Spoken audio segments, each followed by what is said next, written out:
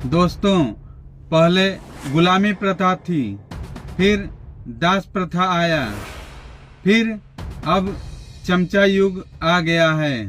गुलामी प्रथा में हारे हुए राजा के प्रजा और सैनिक जीते हुए राजा के गुलाम हुआ करते थे, और दास प्रथा में दास राजा के अधीन रहा करते थे और महलों में रहते थे और राजा के सभी कार्य किया करते थे। बदले में इन्हें भरपेट भोजन मिलता था। यह दास प्रथा चली आजादी के पहले तक।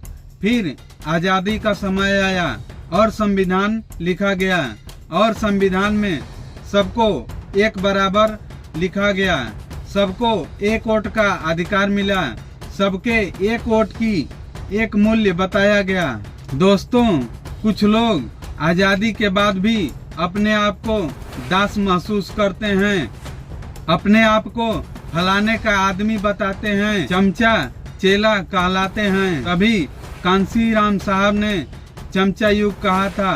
तो दोस्तों, हमारे ST SC OBC में कुछ लोग अपने आप को फलाने का आदमी बताते हैं, चेला चमचा बताते हैं, और वोट देने के समय जब चुनाव आता है तो क्षत्रिय ब्राह्मण या फलाने का आदमी बन जाते हैं, और चुनाव खत्म होते ही दलित पिछड़ा आदिवासी कहलाकर इन्हें अपमानित किया जाता है।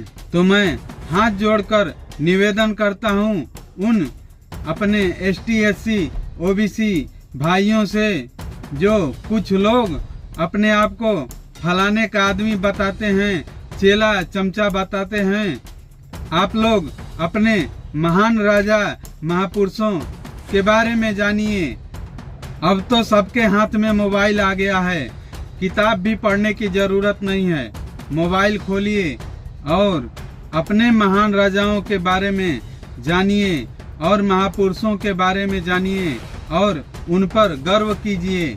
और जब आप लोग अपने जाति समाज के महापुरुषों के बारे में और महान राजाओं के बारे में जानेंगे और समझेंगे, तो आप लोग अपने जीवन को शानो शौक से गर्व के साथ जिएंगे।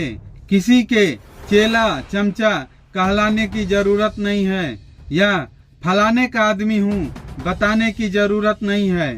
तभी आने वाली पीढ़ी आप पर गर्व करेगी और आप पर नाज करेगी।